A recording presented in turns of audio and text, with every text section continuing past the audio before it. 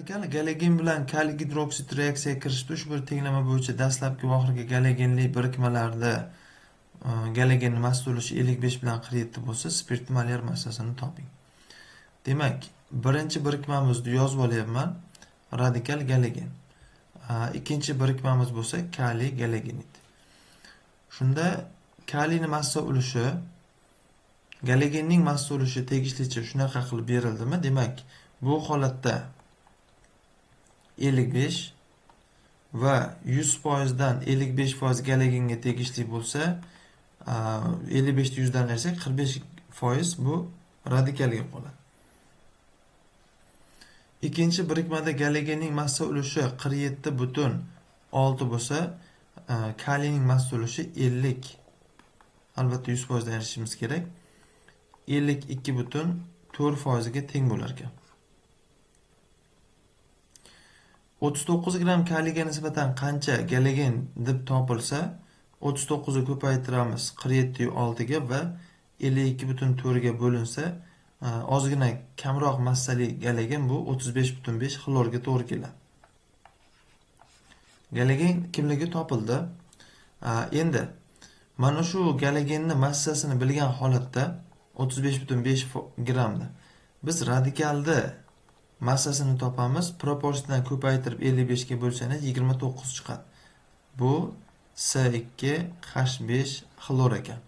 Undan olinadigan spirt C2H5OH bo'lib, molyar massasi 46 gram taqsim molga teng. Shuning uchun sintez gazda metanol sintez qilishda 896 litr vodorod sarflangan bo'lsa, qancha gram metanol sintez qilingan? Is gazi plyusdan vodorod, kislorod yo'q. Sintez gazda metanol sintez qilingan CH3OH. Bunda vodorodimiz 896 litr sarflanibdi. Demak, 44,8 litr sarflanadi. Bunda 32 gram metanol sintez bo'lsa, 8,96 da qancha deymiz?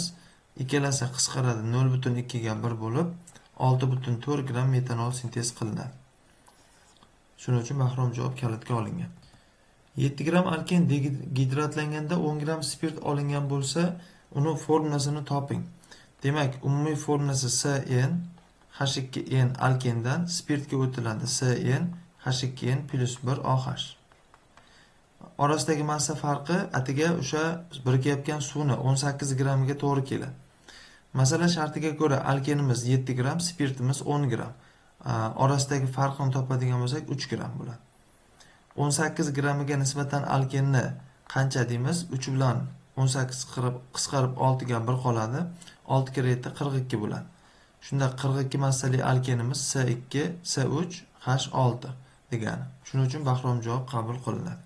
Izopropil yodid natriy gidroksid eritmasi bilan qizdirilganda unum 60% qancha gram spirt hosil bo'ladi? Dastlabki modda 85 gram. Demak, C3H7 yod plyusdan natriy gidroksid bilan reaksiyaga kirishadigan bo'lsa, C3H7OH ga aylanadi va izopropil spirt degani bu natriy yodid ajriladi. Masala shartiga ko'ra olingan 85 gram izopropil yodidning molini topib olamiz. 85 taqsim 127 ga 43 170 bo'lar ekan bu. 170 ga bo'lsaylik bu 0,5 mol bo'ladi. 1 mol spirtdan hosil bo'layotgan izopropil yodiddan spirt hosil bo'ladi 1 mol.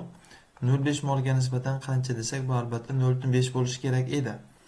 0,5 mol spirtimiz 100% unumda hosil bo'ladigan bo'lsa, 60% unum bilan qancha amalga oshadi desak, bu 0,3 mol spirt bo'ladi.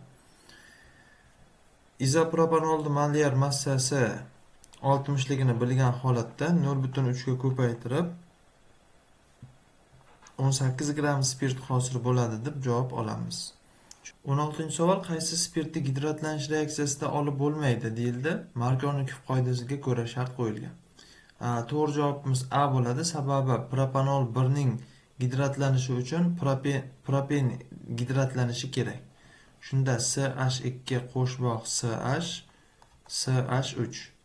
Bunda suv birikayotganda vodorod ko'piga vodorod atomi kelib joylashadi. Vodorod kamiga vodorod atomi kelib joylashsa, modda hosil bo'layotgan CH3, CH, OH va CH3 hosil bo'ladi. Ya'ni propanol 2 ga aylanadi. To'g'ri variantimiz 2, noto'g'ri variantimiz olib bo'lmaydi degani uchun A javob propanol 1 to'g'ri bo'ladi. Necha xil olefinning gidratlanishidan geksanol 2 hosil bo'ladi geometrik izomerlari bilan deb shart qo'yildi. Demak, biz buni ko'rib chiqishimiz kerak. Olefinlar bu alkenlar hisoblanib, geksanol 2 hosil bo'lishi kerak ekan. Geksanol 2 hosil bo'lishi uchun CH2 qo'shboq CH, CH2, CH2, CH2, CH3 moddasi, ya'ni geksen birdan olish mumkin.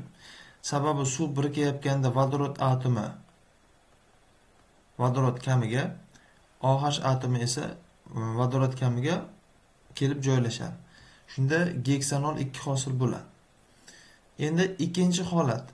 Bu cis trans holati mavjud emas, shuning uchun buni bitta deb olamiz. Ikkinchi holatda geksen 2 dan ham olinishi mumkin.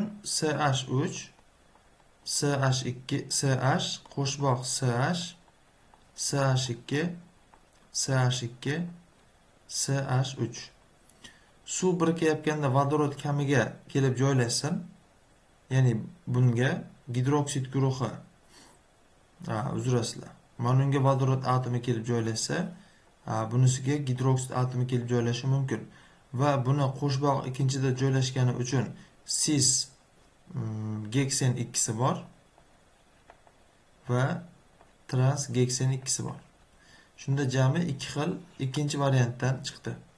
1 ga 2 ni qo'shadigan bo'lsak, jami 3 xil bo'lar ekan, geometrik izomerlari bilan. Bromalkan tengi qismga ajratildi. Bir qismi mol miqdorda kaliy gidroksid eritmasi bilan qizdirilganda 20% unum bilan 0,5 mol uchilamchi spirt hosil bo'ldi. Demak, CnH2n plus 1 brom. Birinchi qismi xo'p 0,5 mol gazga aylanibdi. Uchilamchi spirtga o'tibdi. CnH2n plus 1 OH. Va qolgan qismi kaliy gidroksidni etanoldagi eritmasi bilan reaksiyaga kirishganda 60% unum bilan alken chiqibdi, 84 gram CnH2n. Shunda hozir 20% unum bilan 0,5 mol hosil bo'lgan bo'lsa, bizga 100% imizda qancha deymiz? Ikkalasi qisqaradi, 5 u 1 bo'lib 2,5 mol umumiy alken spirt hosil bo'lishi kerak ekan. Endi 2,5 mol spirt hosil bo'lishi kerakmi? Demak, bu tomonda ham 2,5 mol alken hosil bo'lishi kerak edi. Lekin unumi 0,6% bo'lgani, 0,6 bo'lgani uchun bu 1,5 mol bo'ladi. 1,5 mol. 1,5 mol alkenning massasi 84 gram bo'lsa, 1 molga nisbatan qancha deb hisoblab topamiz. Shunda 84 ni bo'lishimiz kerak 1,5 ga. Shunda 840 ni 15 ga bo'lishimiz kerak ekan. 650. Xo'p. 5 ga ko'paytirsak 75 bo'lishi kerak. Bu joydan 9, 90 ichida 6 ta bor. 15 talikdan 56 chiqar ekan. 56 bu C4H8 ning molyar massasi bo'ladi. Shunda dastlabki spirtimiz C4H9, OH variantimiz to'g'ridir. Shuning uchun A javob kalitga olinadi. Quyidagi jarayonlar qanday ketma-ketlikda amalga oshirilsa 2 metil butanol 1 dan 2 metil butanol 2 ga hosil bo'ladi deyilyapti.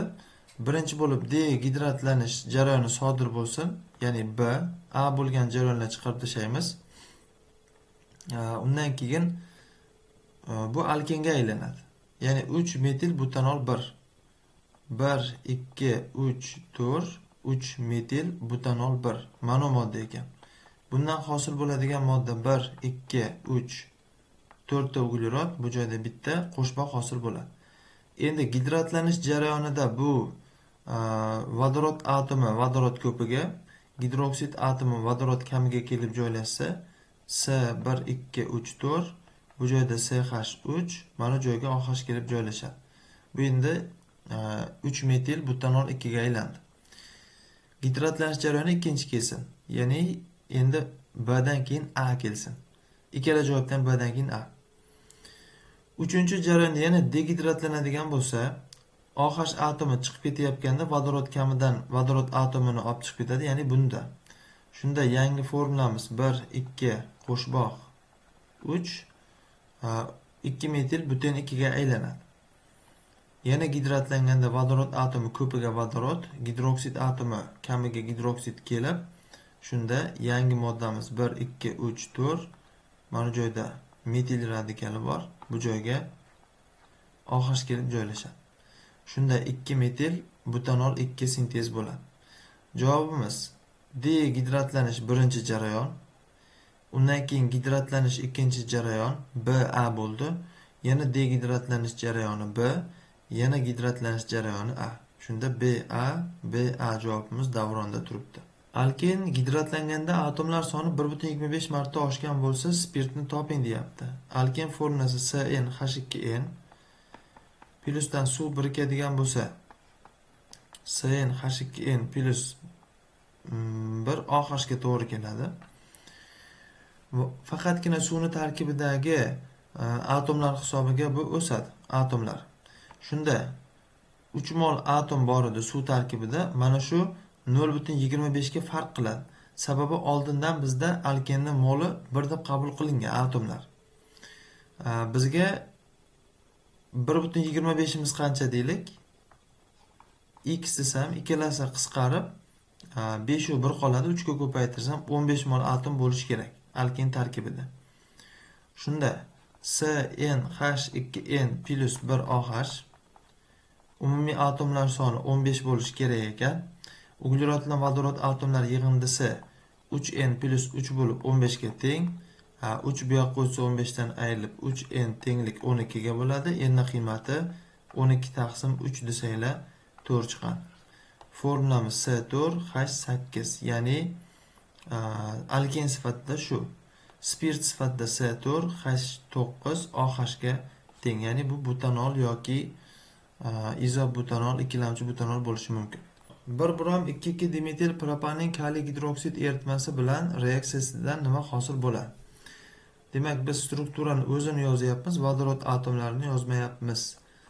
Mana bu yerda brom atomi bor va bunga kaliy gidroksidning suvli eritmasidan ta'sir ettirilsa, spirt ajriladi.